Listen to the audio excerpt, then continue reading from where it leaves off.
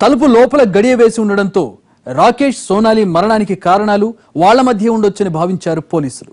Suspense కి తెరదించుతూ రాకేష్ రాసిన suicide నోట్లో ఏముంది, వాళ్ళెందుకు చనిపోయారు, ఐటీ జాబ్స్ చేస్తున్న వాళ్లకు ఎందుకు ఈ కథ ఓ హెచ్చరికగా మారింది.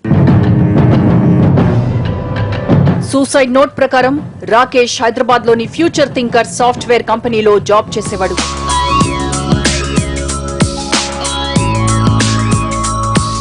ఏ ప్రాజెక్ట్ అయినా చకచకా చేసే అతనంటే ఆఫీసులో అందరికీ అభిమానమే.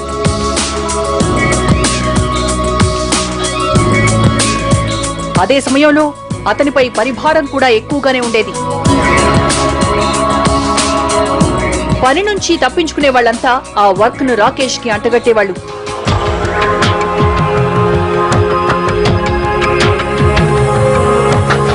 ఆఫీసులో అందరికంటే చిన్నవాడు కావడంతో ఎంత పనైనా నెత్తిన వేసుకునేవాడు, ఎన్ని టెన్షన్లున్నా నెట్టుకొచ్చేవాడు. లైఫ్ లో సెటిల్ అయిన రాకేష్ కి ఎంబీఏ చేసిన సోనాలితో పెళ్లైంది. ఆమె మరో సాఫ్ట్వేర్ కంపెనీలో ఎంప్లాయీ.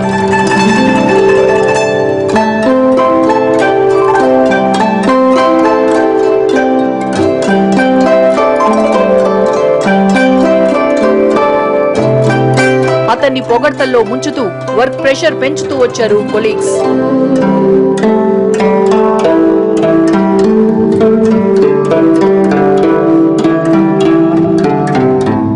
రూల్ ప్రకారం 8 గంటల్లో షిఫ్ట్ అయిపోతున్నా రాకేష్ వెంటనే ఇంటికి వెళ్లే ఛాన్స్ ఉండేది కాదు.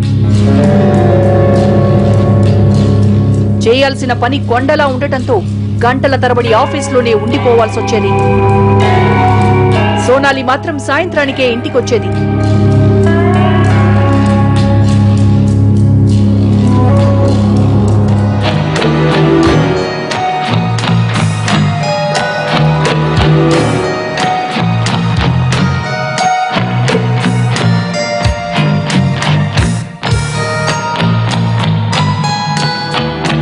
రాకేష్ తో కలిసి షాపింగ్ కో షికారుకో వెళ్దామనుకున్న ఆమెకు నిరాశే ఎదురయ్యేది.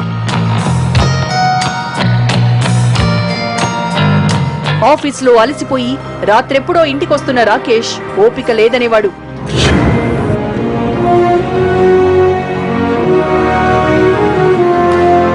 ఇలా కొత్తగా పెళ్లైన జంట ఆనంద క్షణాలన్నీ ఆవిరయ్యేవి.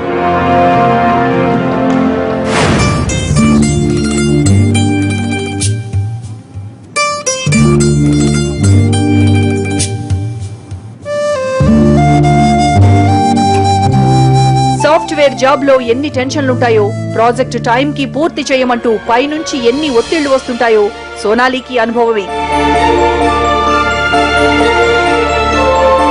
అందుకే రాకేష్ పరిస్థితిని అర్థం చేసుకుంది.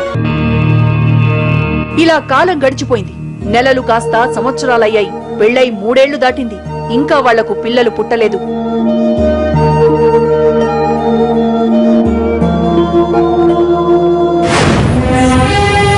అటు సోనాలి తల్లిదండ్రుల నుంచి, ఇటు రాకేష్ పేరెంట్స్ నుంచి వారసుల కోసం ఒక రకమైన ఒత్తిడి. ఏం చేయాలో అర్థమయ్యేది కాదు ఇద్దరికీ. ఇక లాభం లేదనుకున్నారు. ఇద్దరూ సంతాన సాఫల్య కేంద్రానికి వెళ్లారు.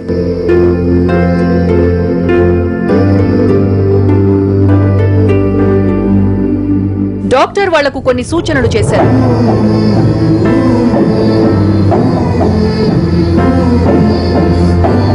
ప్రధానంగా రాకేష్ ను కొన్ని రకాల టాబ్లెట్లు వాడమన్నారు. అలాగే ఇద్దరినీ పని ఒత్తిడి తగ్గించుకోమని చెప్పారు. సరేనన్న వాళ్లు పాజిటివ్ ఆలోచనలతో ఇంటికి బయలుదేరారు.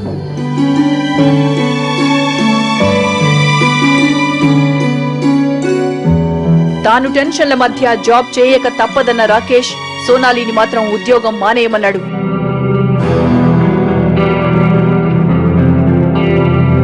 కొన్నాళ్లు మానేస్తే పిల్లలు పుట్టే అవకాశం ఉంటుందని చెప్పాడు. సరేనన్న సోనాలి జాబ్ కి రిజైన్ చేసింది. కాలం గడుస్తున్న కొద్దీ పిల్లలు లేకపోవడం ఇద్దరికీ తీవ్ర ఆవేదన కలిగించింది.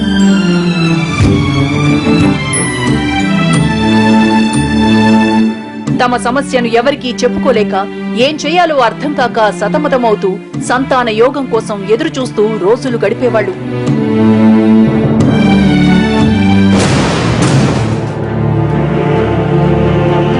ఆఫీస్ కు వెళ్ళాడో లేదో కొలీగ్స్ రౌండప్ చేశారు.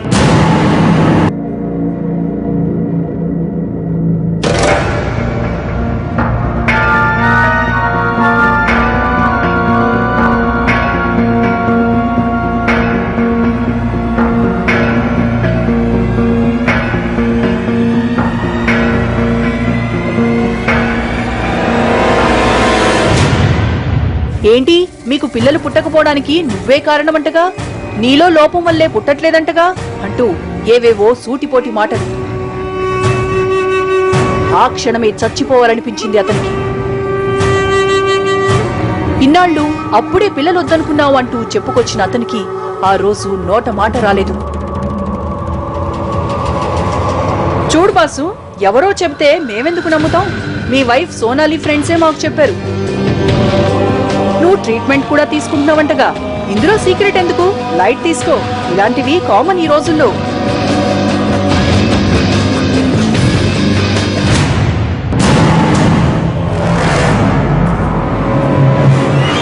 తన విషయాన్ని ఆఫీస్లో కొలీగ్స్ తేలిగ్గా తీసుకున్నా రాకేష్ కి మాత్రం తల కొట్టేసినట్లు అనిపించింది.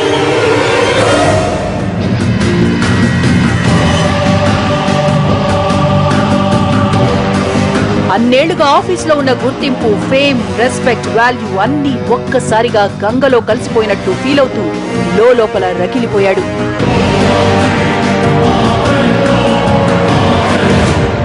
మనకు సంబంధించిన సీక్రెట్ ఏదైనా బయటకు తెలిస్తే మనం తట్టుకోలేం. అది మనలో ఉండే సహజ లక్షణం. ఇప్పుడు రాకేష్ పరిస్థితి అలాగే ఉంది. ఆ తర్వాత ఏమైందో, ఈ కథ ఎలాంటి మలుపులు తిరిగిందో షార్ట్ బ్రేక్ తర్వాత చూద్దాం.